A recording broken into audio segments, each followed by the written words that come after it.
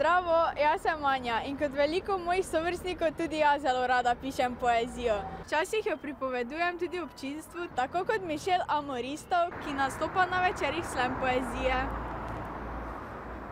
Besedo poezija pozna že vsak osnovnošolec. Kaj pa je to slamovska poezija? Poezija, ki se jo nastopa. Hvala lepa, da si definiral uspeh. Ti ne prebereš samo svojih pesmi, ki jih napišeš, ampak se jih dejansko naučiš in pripraviš in jih čim bolj doživeto dejansko poveš občinstvu. Slamu se lahko tudi tekmuje. Kako pa so videti tekmovanja? Se iz publike pobere naključne člane komisije, ki potem ocenjujejo nastopajoče. Nastopajoči pridejo, pa potem interpretirajo vsak svoje avtorske pesmi, brez kakih rekvizitov, brez glasbil, brez česarkoli. Potem v bistvu publika nekako po lastni presoji ocenjuje ponavadi od 1 do 10, kaj je njim boljše. Imate vsi slamerji enak slog?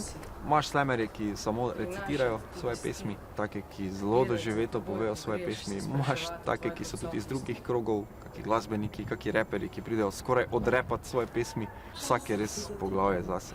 Jaz tudi pišem, a mi lahko malo pomagaš, kako bi bolje nastopila? Povej mi eno kitico, no, da vidim, kaj imaš.